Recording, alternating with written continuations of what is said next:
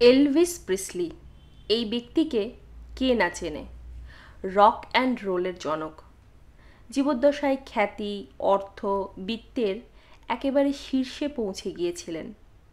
মাত্র ৩১ বছর বয়সে বাজারে যার নামে ৭১টি ব্র্যান্ড চালু ছিল, পৃথিবীর প্রথম শিল্পী হিসেবে যিনি প্রাইভেট জেটে করে ঘুরে বেড়াতেন।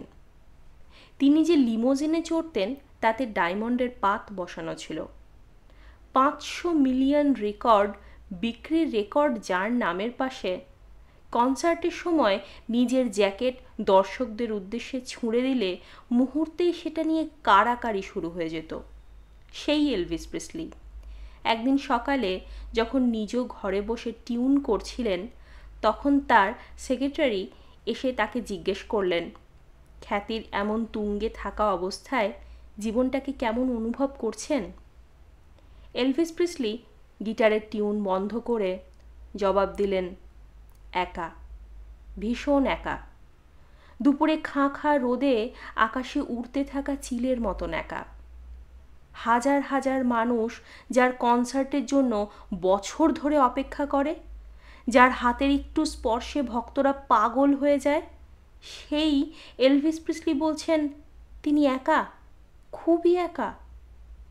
এই একাকিত্বের যন্ত্রণা থেকে মুক্তি পেতেই একসময় তিনি মাদকের দিকে ঝুঁকে পড়লেন কিনা কে জানে। মাত্র ৪২ বছর বয়সে প্রিসলির এমন করুণ মৃত্যুর জন্য দায়ী একাকিত্ব, অতিরিক্ত মাদক আর ডাক্তারের ভুল ওষুধ।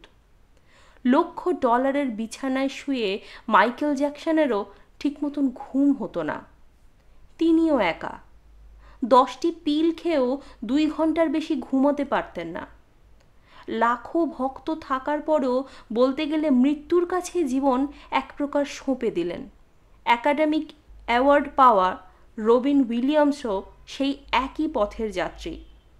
সারা জীবন মানুষকে অনুপ্রেরণার গল্প শুনিয়ে হেরে গেলেন ডেল কার্নেগি। পৃথিবীতে যে কজন মানুষের নামের আগে গ্রেট বসানো হয়, তাদের একজন হলেন নেপোলিয়ন বোনাপার্ট। নেপোলিয়ন বোনাপার্ট বলেন, পুরো পৃথিবীকেই হয়তো পায়ের নিচে রাখতে পারি, কিন্তু জীবনে এমনই দুর্ভাগ্য মাত্র 7টি দিনও শান্তিতে কাটাতে পারিনি। ক্ষমতা বেড়েছে, খ্যাতি বেড়েছে, শুধু জীবনে শান্তিটুকুই বাড়েনি। এরকম কত শত যে উদাহরণ আছে। ভালো টাকা ভালো বিছানা দেয়, কিন্তু ভালো ঘুম তো দেয় না। টাকা স্বাস্থ্য বীমা দেয়, কিন্তু সুস্বাস্থ্য তো দেয় না। টাকা ভালো খাবার দেয়, কিন্তু হজম শক্তি তো আর দেয় না। পৃথিবী বিখ্যাত এইসব সফল ব্যক্তিদের কিসের অভাব ছিল? আকর্ষণীয় বাড়ি, দামি গাড়ি কিংবা খ্যাতি, কোনো কিছুরই কি কমতি ছিল তাদের? না, ছিল না। শুধু একটা জিনিসেরই কমতি ছিল, সেটা হলো শান্তি।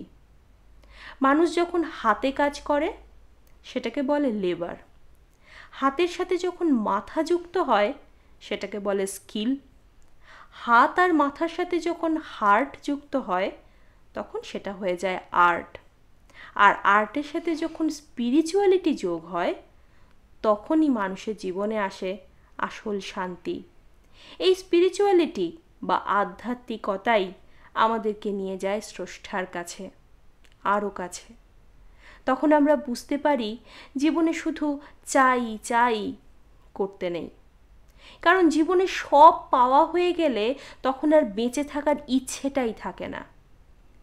এই জন্যেই একজন রিক্সাওয়ালা দিনে মাত্র ৩০০ টাকা আয় করেও রাতে শান্তিতে ঘুমোয়, আর ধনকুবেরেরা ব্যাংকে ৩০০ কোটি টাকা জমা থাকার পরেও দু চোখের পাতা এক করতে পারে না।